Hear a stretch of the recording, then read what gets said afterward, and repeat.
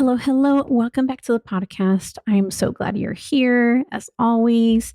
And before we get into today's topic, we are going to be talking about self compassion for old coping habits. And this is part 7 of our current series. But before we get into that, I do want to ask you if you know anyone, whether it is a family, a friend, a colleague, that you know would benefit from everything that I have shared so far as a part of this series, I want to ask that you please share. You can share your favorite episode of this series, or you can share the entire series. But I want to ask and I want to invite you to share with a friend, share with a loved one that may be looking for or needing to be supported in this way. And also, before I jump into talking about self-compassion for old coping habits, so if you are noticing, oh my gosh, there's these habits that are resurfacing, late night eating, emotional eating, stress eating, you're definitely going to want to stick around for this episode because that's what I'm going to be diving into. But here's the other thing that I want to invite you into. As you know, I have my coaching community, The Last 10, which is my signature coaching program. And I want to invite you to join us. We are kicking off in a very special way. If you come and join The Last 10 now, I am going to be supporting a group of women in their own journey as they do this work and really have breakthroughs and transform their habits and heal their relationship with food and their bodies, and while also experiencing breakthroughs. And we are going to be kicking off on February 14th, and it is very symbolic. It is a symbolic gesture that this journey is an act of love. It is an act of love. It is an act of reclaiming. It is an act of healing. So I am opening the doors to The Last 10 for you to come and join me and really start this journey on February 14th. You've heard me talk about this before, but I'm going to say it again here because it's so important. It really is revolutionary. For hundreds of years and far too many generations of women, diet culture, patriarchy, white supremacy, and colonization have shamed our bodies, told us that our bodies were flawed and needed fixing, told us and taught us that we couldn't trust ourselves or our body's wisdom. And these systems caused generations of harm. And we know this because we've lived it. And so a big part of what I do with my clients inside of The Last 10 is unlearning that harm. It's clearing out the weeds. It's a deep remembering and reconnection. And transformation inside The Last 10 is created through reclaiming connection with herself, reclaiming connection with her power, with her agency, and her body's wisdom.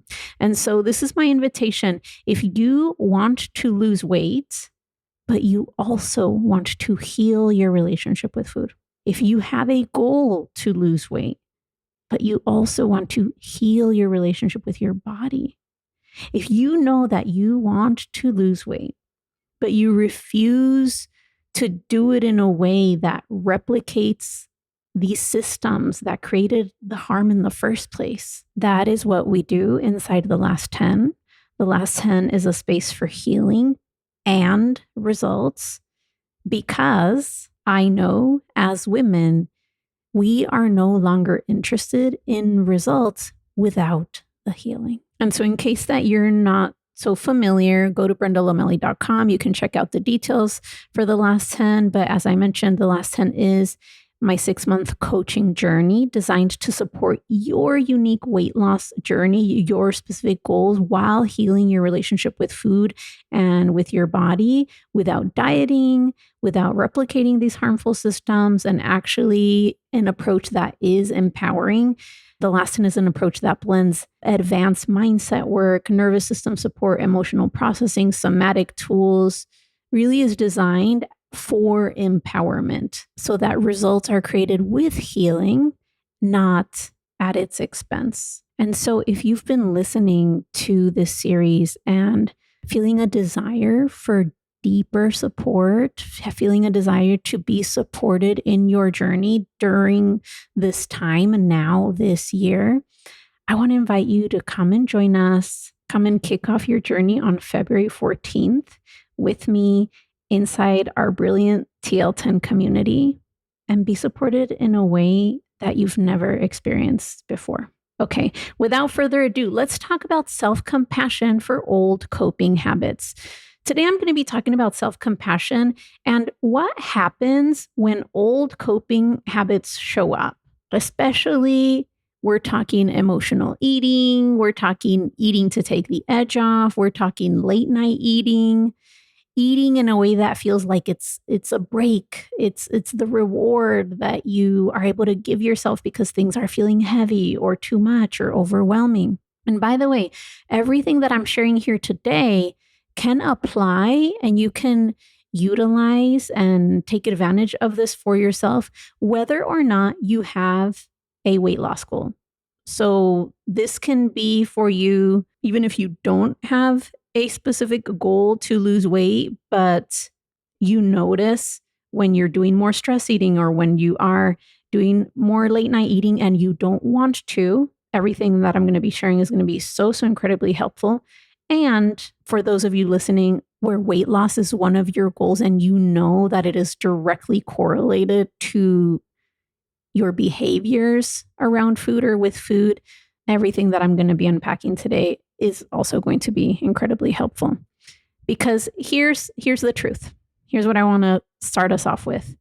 When you start noticing patterns resurface, again, we're talking emotional eating, late night eating, eating to take the edge off, eating as a reward, eating as a break. When you notice patterns in that way, self-compassion isn't a cop-out. It isn't being, quote unquote, too soft with yourself. Self-compassion is stabilizing, especially when we are talking about navigating a time where we're processing headlines, injustice, violence. We're processing a time that our sense of safety may feel affected. And so it matters for self-compassion to be a part of this because it is stabilizing. Of course, it's kind and of course, it's loving. And I'm going to talk about that. But even if we're just looking at this from the most logical approach, self-compassion is stabilizing. And I am going to unpack even more what that means. And so today, as I've done in every episode of this series, I am going to be sharing a couple of examples from my own life, some real life examples with you. But right from the get-go, I actually want to start us off with some science. And so I want to talk about nervous system and science. And so I'm going to break down a little bit of the nervous system and science behind self-compassion. What's happening in the nervous system? What's the science around this as it relates to self-compassion? So let's break it down. When we are critical of ourselves, when we judge ourselves, when there's the inner dialogue that is shaming or judging or being critical, for example, what's wrong with me? I said I wasn't going to eat sweets after dinner again. Why did I do that again? What's wrong with me? Why do I keep doing this? Those kinds of things, those kinds of self-critical thoughts trigger our stress response. And so they trigger a stress response in our nervous system. Okay, so I'm going to say that again.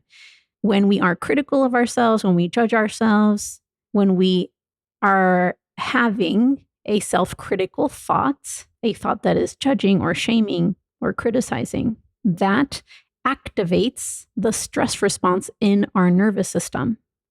And so this is the same system that is activated when we interpret, when our brain interprets that there is a threat or that we are unsafe. So essentially, we'll say it again in a little bit of a different way, harsh inner talk, the way we speak to ourselves, harsh inner talk equals stress response, equals or activates your fight or flight response. And when our nervous system is activated, when our stress response is activated on a physical level, then what happens in the body is stress hormones are released, and everything that comes along physiologically with our nervous system being activated and our sense of safety being triggered. All of that is what happens when we have a self-critical thought.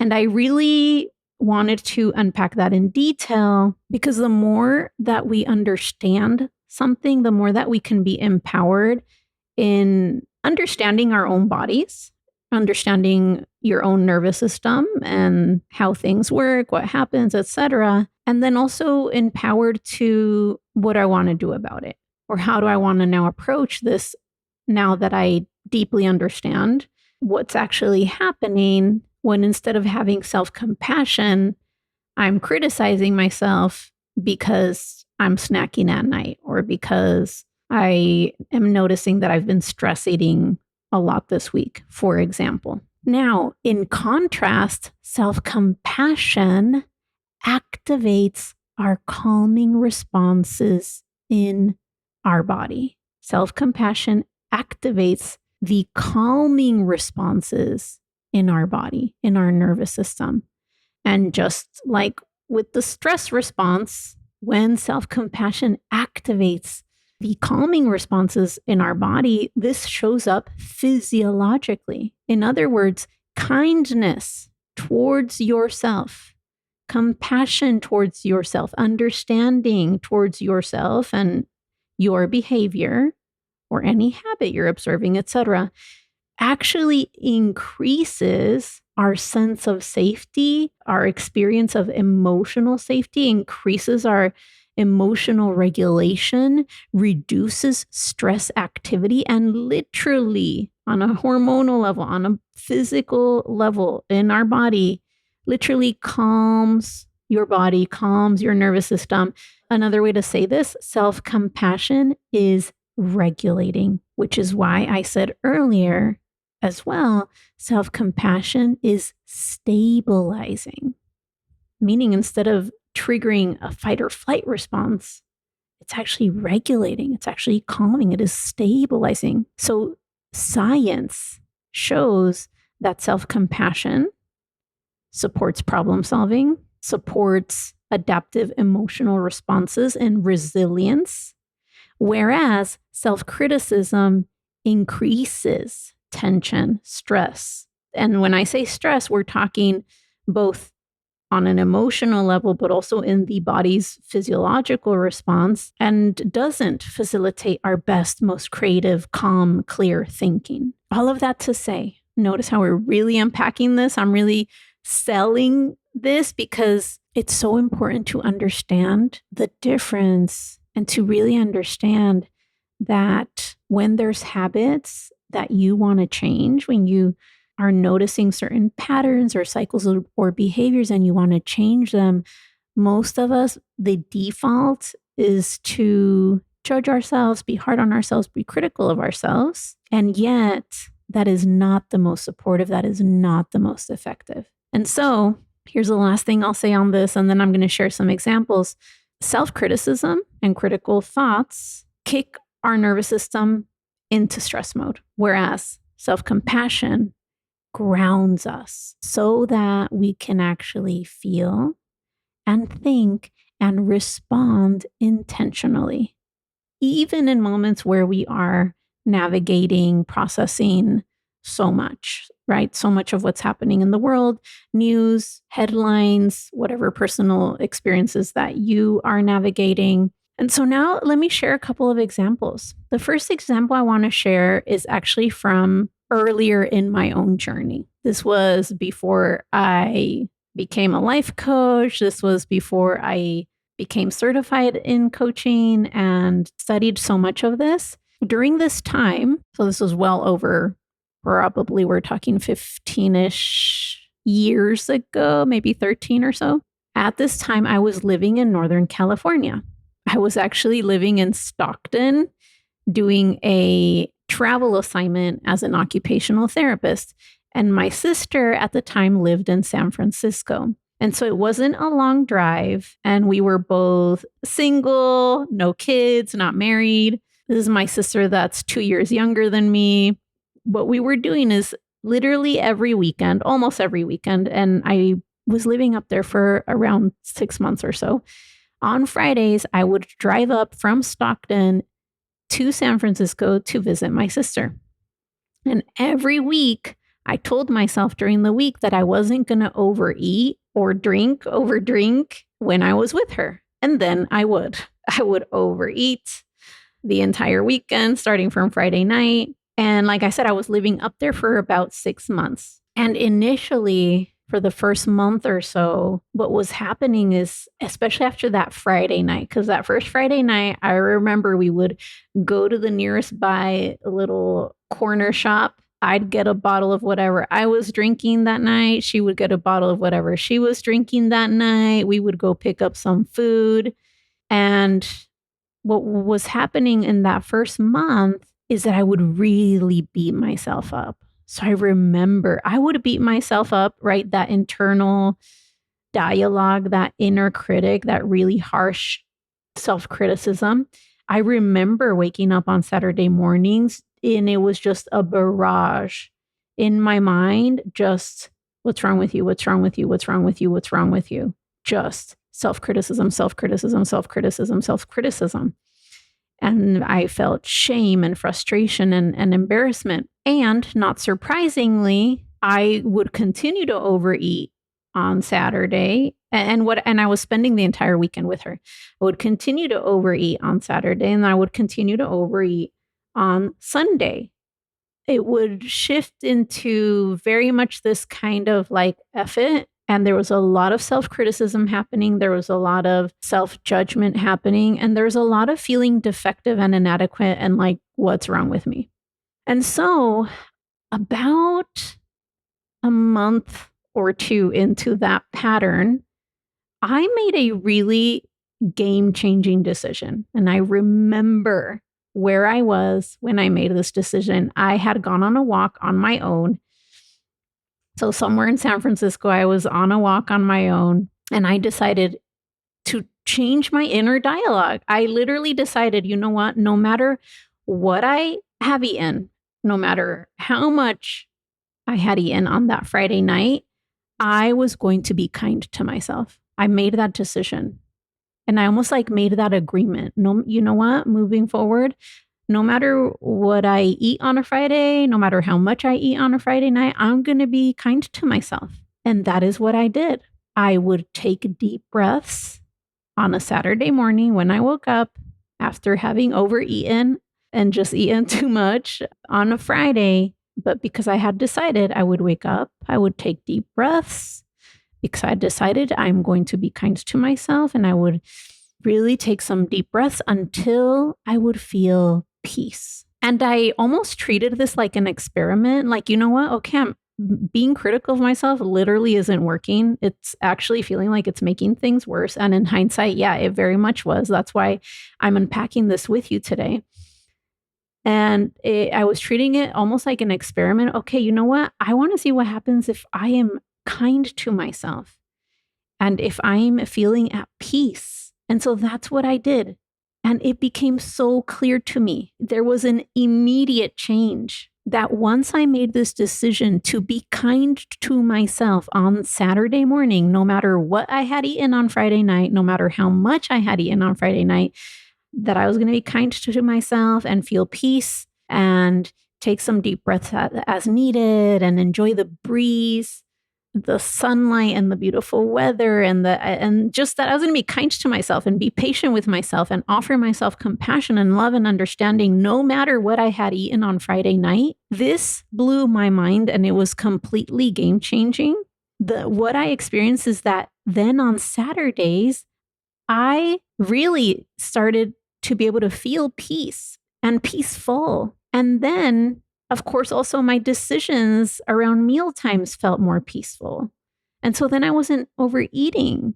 And then I was able to feel not only more peaceful and calm and grounded between meals, but also at meals, like whenever I was eating. And like I said, basically immediately, my overeating on the weekends on Saturday and Sunday started to decrease. And it wasn't perfect, but immediately things shifted and things began to change. And so, what I just shared with you is a really big, clear example. Things started to shift for me on Saturdays first and Sundays. And then eventually, I also was able to start my weekend on Fridays and not even overeat on Fridays. Like I would enjoy whatever it was we were eating and drinking, but stopped overeating on Fridays as well. And I want to name something that's really important here is that most people, the way they would approach this, because it's what we've been shown, especially by diet culture, most people would approach this as like, let me change my behavior first and then I'll feel different. And it's actually the other way around. It's let me be kind to myself. Let me feel worthy. Let me offer myself compassion. Let me be supportive of myself. Let me be my biggest cheerleader and advocate. Let me offer love to myself. Let me observe myself without judgment or shame or criticism, and instead offer myself compassion and love and support. And that is when you create the environment that supports change. And so depending on where you are in your journey, you might really relate to this example so much. I know that I went back in my journey for this example, and it's not an example that's happening right now in this moment of my journey, but I wanted to share this one because I know that so many of my audience and listeners, I wanted to share an earlier example of this because it just changed everything. But I had to, in a very revolutionary way, in a very fierce way, decide that I would offer myself compassion versus criticism. And that became the foundation that then I could experience changes and release habits and break patterns. And because I'm observing myself in this way, in a way that it's loving, that I'm like lovingly paying attention to myself, to my needs, to how I'm feeling, it's one of the reasons I always say that weight is no longer a struggle. Weight is no longer a battle the way that it used to feel. My relationship with food is no longer a battle because let's say I do have a week where I notice myself that I've been having more cravings than I normally do, or let's say there is a weekend where I had a couple more drinks than I normally do. I'm noticing in this way, in a way that's loving, attentive, supportive. And I'm paying attention in this way with my best interest in mind. So then I'm checking in and asking, what do I need? And then I give myself what I need. None of this ever becomes a cycle or a problem. It really just becomes little clues for me that then I can take care of myself in the way that I need. And so it's not a problem. It's actually brilliant. It is a brilliant feedback loop. We could even call it like, hey, I'm noticing, I'm being attentive. And when there's something here for me to pay attention to, I will notice it and check in and give myself what I need. So it is actually, when we look at it in this way and lean into it in this way, it is actually a brilliant self-care feedback loop. And so now what I want to do is I want to fast forward to present day and share with you what this can look like now and what it sometimes looks like now. And it's a lot more subtle. And so we've been talking about this entire series. I've been sharing, just navigating so much of what's happening in the world, not only here in the United States, but also I live in Phoenix, Arizona, here in the United States.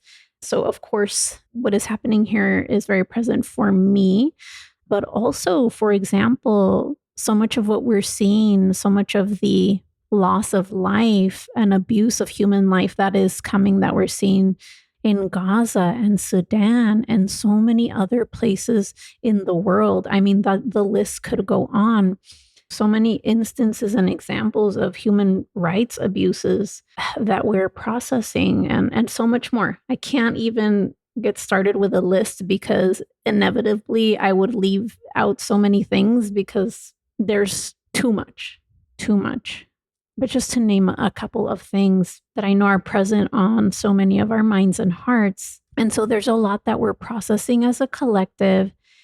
And also, I do want to add here, because this is important, Also, of course, whatever it is you're navigating in your own personal life, you as an individual, any emotion situations, big life changes, loss that you may be navigating in your own personal life. And so I'll share for me what it's looked like in the last year. It might be like, I noticed this weekend I had a drink each time that we went out to dinner.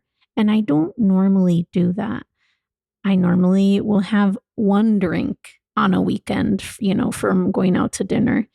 And I'll just notice. I'll notice a subtle shift, not in a way that's like super vigilant on edge, in a control, but just in a kind of how you would notice, for example, the way I pay attention to my daughter and her behavior. Like if I notice something, I may check in like, hey, are you okay? What's going on? You seem a little quiet.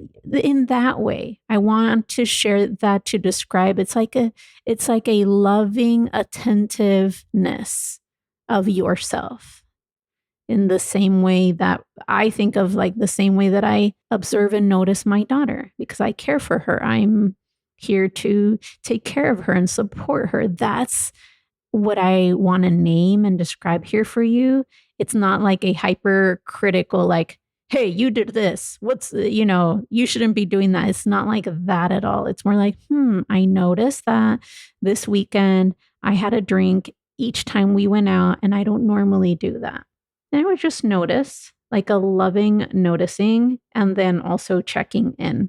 That's one example. And that is a real example. And then the other example is that I'll share with you is, I noticed this week I was craving dessert almost every night this week. And that's not how I normally feel. Again, notice that it's very observational. Notice that it's not judgmental. It's not shaming. It's not criticizing. It's observing and noticing. And these are both real examples. And I do want to highlight that in the first example about me noticing if I had a drink each time we went out, and I don't normally do that. I'll normally have on a weekend, maybe a drink or two if we're going out to dinner. Both of these are real examples from my real life. And just, of course, they're more subtle. It's because I'm attentively noticing myself because I am caretaking for myself. One difference that I want to highlight from both of these examples is that you can notice and observe a shift or a change in your actions, but you can also notice a shift or a change in your feelings, in your experience. So you don't even have to wait until you notice your actions change. So when I share the example of like, I noticed I had a drink every time we went out to dinner this weekend, that's an observation in my behavior. For the other example of, I noticed I am craving dessert almost every night this week, that's a noticing of how I'm feeling. And so let me walk you through it because it is subtle, right? It's just like a noticing. I really actually love the example of noticing my daughter. Like, right, because I know her, I love her, I pay attention to her in a way that is loving, supportive. I have her best interests in mind. That is, I think, a really good example for how I'm sharing with you that I notice my own, if there's a change in my actions or my behavior or habits or even how I've been feeling. And so let me just walk you through it. What I'll do is I'll gently, lovingly notice. For example, if there's like an urge or a pattern that I've been noticing for a couple of days or even a couple of weeks, I'll notice it because I'm paying attention to myself in a loving way. And so there'll be a gentle noticing instead of self-judgment. This part is super important. There'll be a gentle noticing instead of self-judgment. And then from there, then I check in. And I will literally ask, okay, what am I needing? Is there something I'm needing? And so please notice how important the noticing is. Not only the literal noticing, but the quality of the noticing and the observation without judgment. And then pairing that with a checking in. Okay, what do I need? What do I need? What am I needing? Once you answer that question, then of course you give yourself what you need. And so for me over the last year, I'll share some examples. I may notice, oh, okay, this, okay, maybe I'm noticing this. And some of the things when I check in, what do I need? What am I needing?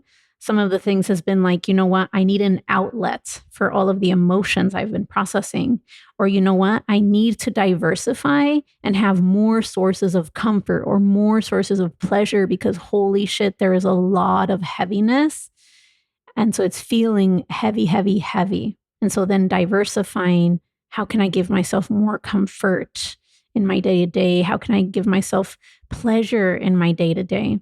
Or another example, identifying that I freaking need more rest because there's so much that I've been processing. I talked about this in another episode of this series that when we're processing emotions, when our nervous system has been in stress response, that is actually the body doing work. That the body does work. And so if you've been feeling tired or noticing yourself feeling tired, of course we can look at like, am I sleeping? Am I hydrated enough? Am I getting nutrition? But also sometimes needing more rest that matches this new level of demand or this current level of processing that we've been doing. And so, yeah, some of the things when I check in and say, okay, what am I needing? What am I needing? What do I need? In some of these cases has been rest. I'm tired. My body is tired. My mind is tired. My freaking spirit is tired. And I need more rest. And so what happens and why I wanted to dedicate an entire episode to this is that often when there is a more challenging situation or a big life change, either in your own personal life or in the collective or both, right? Sometimes it's both. I know there's some of my clients that I'm supporting right now where they're navigating what's happening in the collective and they care so deeply. And also they're navigating changes and transitions and or greater responsibilities in their own life. So sometimes it can be both, of course. But what happens is for most people, if they notice a change, like, oh, I've noticed I've been like snacking a lot more, or they might even notice a change in their results first. They might notice like, oh, I've been gaining weight, but I've also been like eating chocolate every night because life just feels really overwhelming. I'm just giving an example here. So what most people do is jump to self-judgment and discipline. But notice how this is very much coming from a page straight out of diet culture, because when we jump straight to self-judgment and shaming ourselves and then quote unquote correcting with discipline, you're completely skipping over the part of pausing and asking, wait a minute, what's going on? What do I need? What's going on? What do I need? You're completely skipping over the loving noticing and the checking in. And very often also we're skipping over the part offering yourself any compassion, which remember is stabilizing, it's grounding, it's regulating. And when we're wanting to change behavior or change patterns or change cycles and attempting to do that through judgment and basically telling yourself, hey, you did it wrong. Here, I need you to behave this way instead, without addressing any of the underlying needs, that's why it's ineffective. It's simply ineffective. And I think for so many of you listening, you already know this, you've lived it, it's ineffective. That's why I am not a huge fan of, this just like, okay, just be more disciplined approach, simply because it just never effing worked in my own life. And I've never seen it be effective with the hundreds of brilliant women that I've worked with. Is just doesn't work because it doesn't address the issue. It doesn't address what's at the heart of what's happening or what's needed. It doesn't address the human and the needs. And I've worked with hundreds of women, supporting them with their goals, supporting them with habit change, specifically around food and eating. And also when we bring in this language of discipline, not only is it ineffective, but it's usually also paired with a lot of judgment and feelings of failure or defectiveness. And so what we're talking about here instead is self-compassion, you can think of self-compassion as strategy even, because that's how much more effective it is. In this series, we're talking about it as a self-care practice, because in every episode, I'm unpacking in depth a self-care practice to leverage for yourself during these times as we navigate these times. And so please know that self-compassion has been found, and the literature supports it, to be so effective that you can just purely think of it as strategy and strategic. But also, I want to invite you into self-compassion as self-care. And what I'll offer here also is that what I have found is that pouring self-compassion on any behavior or pattern or habit or cycle, and then you pair that with bringing a loving noticing and observation of how you're feeling and a checking in of what is it that I'm actually needing, and then addressing those needs. Not only is it more kind, not only is it more loving, but it is actually effective. It is actually effective. And especially now, because in this series, we are specifically unpacking how do we support ourselves during this time when there is so much happening in the world that's already affecting our sense of safety, where very often our stress response is already activated, and very often for good reason. Just notice how it is not supportive to add a layer on top of that of self-criticism or shame, because then that just activates the stress response even more. But instead, what is more effective, more supportive, and actually makes sense as a medicine and as a self-care practice during this time is to offer yourself self-compassion. When there is a pattern or a coping habit, whether it be new or old, that you're noticing, that you're observing, I invite you to bring self-compassion, love, understanding, notice what it is that you've been doing or feeling, and then check in, what am I needing? And so let's bring this all together. When we are navigating seasons or chapters in our lives, whether that be personal, collective, as a collective, or both, it's not uncommon to notice habits, old habits, bubble up or resurface because our nervous system are feeling activated and stressed. And so it may be a way of coping that has been familiar in the past. And it is so important. One of the biggest takeaways that I would offer that you take with you from this episode is that self-compassion is not a cop-out. It is not a cop-out. It is not lazy. It is regulating. It is stabilizing. It is grounding. Your body lowers threat signals and creates a space where you can be self-supportive and actually address your needs and actually support yourself and access your best, clearest thinking, problem solving, and intentional decision making. And so if all of this is really resonating and you're like, oh my gosh, Brenda, I've been really noticing when there's a lot going on and when I feel the most stressed or overwhelmed, I notice old patterns of eating late night or stress eating or emotional eating. First thing I would offer is shower yourself with self-compassion. Be loving, be patient, be understanding. We're holding a lot. And remember, this isn't a cop-out. It's regulating, it's grounding. And then notice if there's any patterns or cycles. What is the pattern? What is the cycle? And really observe yourself in a loving way. What am I normally feeling when I go and grab the bag of chips, or when I go and grab the second piece of chocolate? Insert, whatever the behavior is, whatever the pattern is, whatever the cycle is.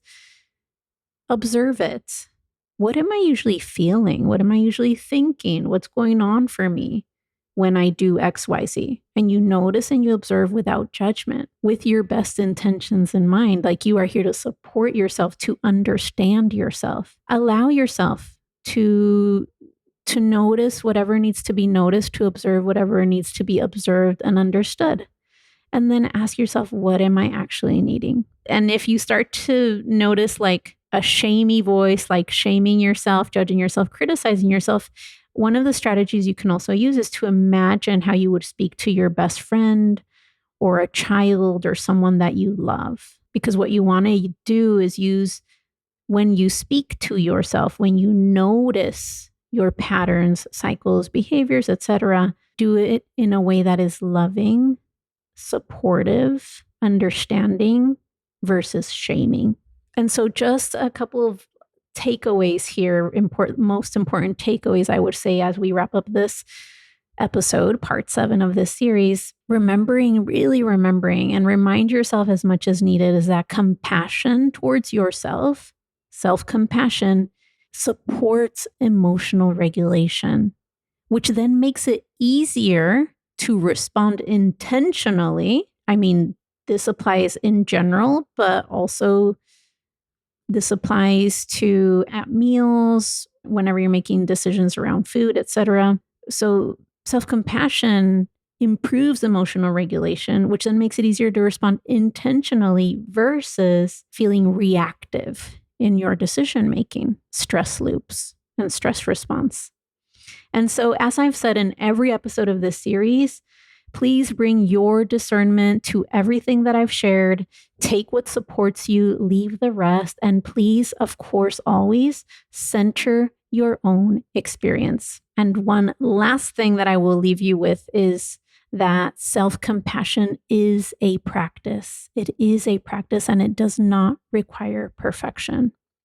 All right, my sister, thank you for being here with me today. Thank you for being who you are. Thank you for trusting me as a support in this process on your journey. Take really great care of yourself this week, and I will see you here next time. Talk to you soon.